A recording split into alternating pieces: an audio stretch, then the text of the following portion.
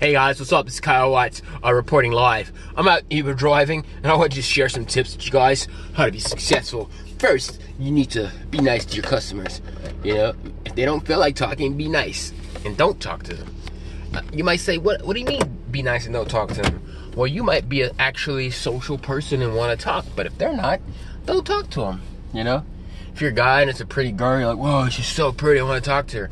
She might be like, oh my goodness, another Uber driver trying to holler at me, trying to get my phone number. I have a boyfriend, or he's not even my type. I hope he doesn't talk to me. Oh my goodness. You don't know what the situation is, so don't talk to her.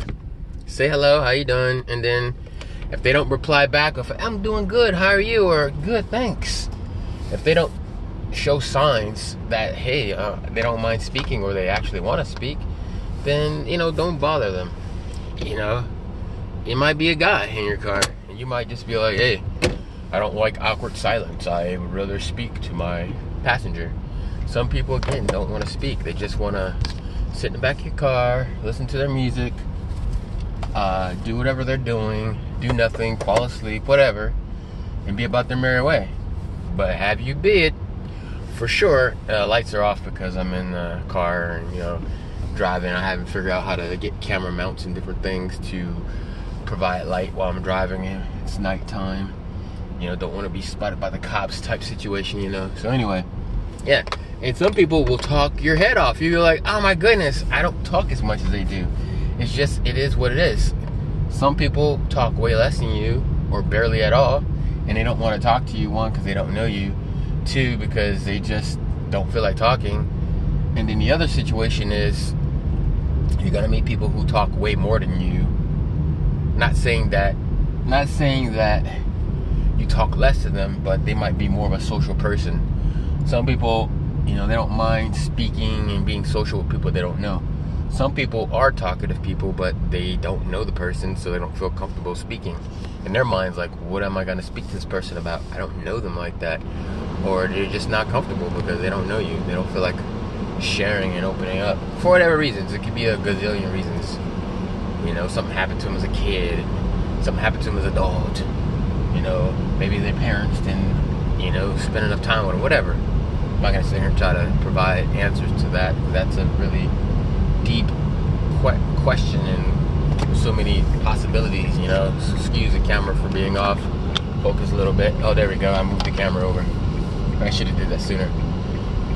But yeah, guys, so that is what it is. And yeah, so anyway, yeah, learn, I guess that would be the word, learn the social cadence of your passenger. Some people, even though they're not super talkative, that might be on your level of talkativeness, and then it's kind of like, dude, I really don't want to talk about that subject. Just go with the flow. At the end of the day, you're providing customer service. Just go ahead and be chill, and be nice to them, because you're making money from them. You know what I mean? So be nice to people that you make money from. I don't mean it like any. I don't mean it in like a. How would you say? I don't mean it from a. I don't want to say arrogant. What's the word I'm trying to think of? I don't mean it from a. I don't mean it from a. Damn, I'm getting stuck on my words. I don't mean it from a, maybe arrogant word, or a self-pretentious or pretentious state of mind, or perspective. I'm just saying, you're making money because you're driving people around. They're saving themselves money by not taking a taxi, or staying out of trouble, especially if they're out drinking, or saving time because they need a ride somewhere and they don't need to use their own car, or they don't have access to their car, they don't have a car, or whatever the reason is. Just be nice to people. It's not going to hurt you. It might not be in your nature, but at least provide a little bit of social commentary, and a little bit of social commentary to the person. Not saying that you need to or that you should. It's just, I won't say it's a good idea. It's just a nice thing to do, guys. It's just nice. Just be nice to your passenger. Just makes life easier for you and them. You know.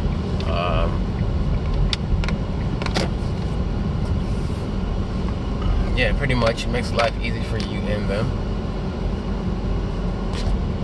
Learn these camera angles. Ooh, don't want to stay, huh? Yeah. I think that's the best angle right there. Yeah, I think that's the best spot. Yeah, so yeah. Yeah, so just be nice to people. You're not gonna always want to talk to your passenger. They're not gonna want to talk to you. But just fill people out. Just as I guess they'll fill you out. And learn some basic compromise on what's good for the both of you. Me personally, I don't care about awkward silence, but I try to be courteous with a hello, how you doing? Just be nice. But at the same time, I don't want to overextend myself to be nice to somebody that's a jackhole. You know what I mean? So I just thought I'd provide that bit of information for you guys and speak on that. I'll be providing more information and more videos and providing more content and speaking on more things for you guys about how to be successful with Uber and Lyft. Alright guys, see you at the next video. I don't want to be rambling on and stuff like that, but remember, Uber and Lyft, there's good money in it.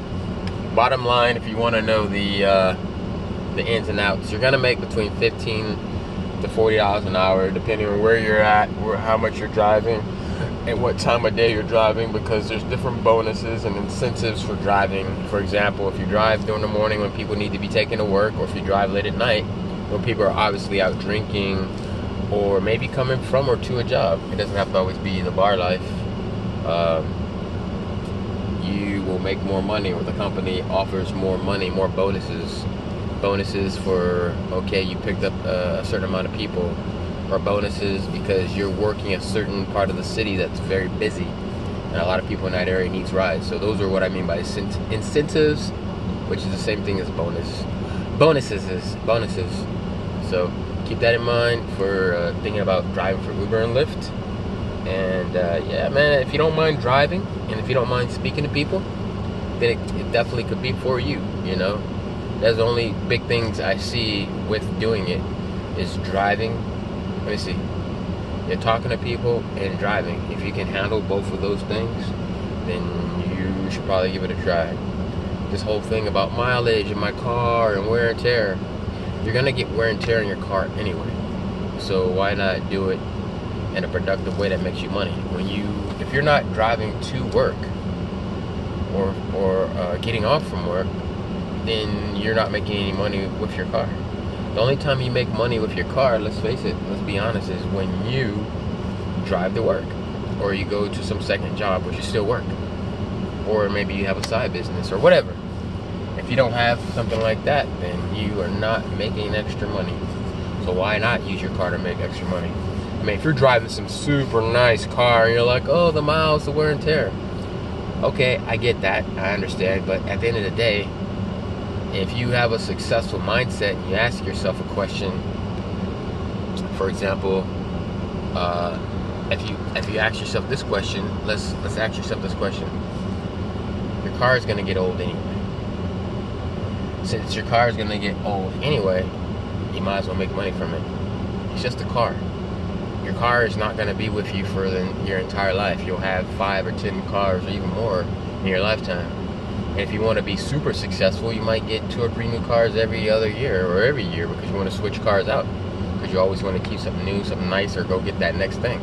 So why do you care how many miles you put on the car? It's different if it's your body, you know, because you only get one, you know, set of fingers, one set of feet, one set of legs. So you don't want to go jump off a building and, oh, I'm going to land on 2 feet. And no, you crack your leg and then you're limping for the rest of your life. Or you freaking jump in front of a car because you thought you were Superman and you're going to put your hands down on the hood and stop it like a superhero, and you find out that don't work in real life. You know, I'm just throwing out stupid examples, but what I'm saying is, who cares how much wear and tear you put on your car? It's going to get old anyway. And most importantly, if you have a used car, it's already used, it's already old, so might as well make money from it before you throw it out and get the next car. And instead of throwing it out and getting the next car, use the money you would make from Uber and Lyft and put that towards the next car, and keep your current car as an Uber Lyft car, and then your new car only use it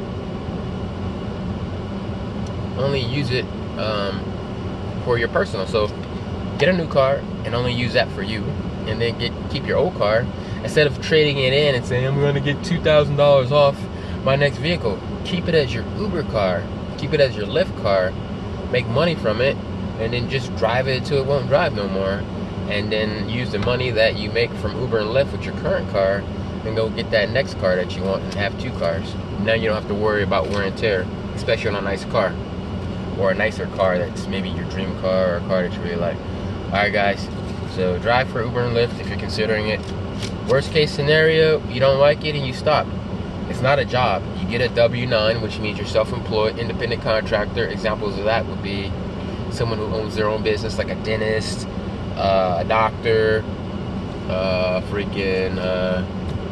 stuff like that. Actors, freelancers, people who do work for a period of time, and who you work for is your client, not your boss. And when you're done, you go back to what you were doing. You don't punch a clock with them. You go provide a service, you provide whatever it is, and then you're done.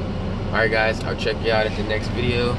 Remember, you have no boss when you do it. If you don't like it, you quit and you're done. You don't have to do it anymore. No one's saying check in at this time or check in at that time. No one's bothering you. You do everything on your own. You take pictures of your license, your registration,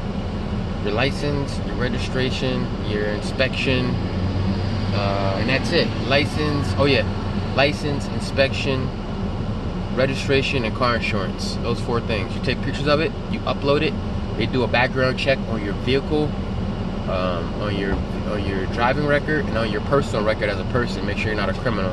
Make sure you're not a nutcase driver. As long as you pass a clean driving record, and as long as you pass a criminal check and you're not a psycho, and all your insurance, your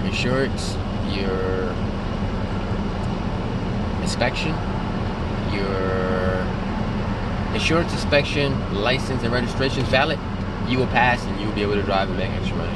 Hope that helps. Take care, guys.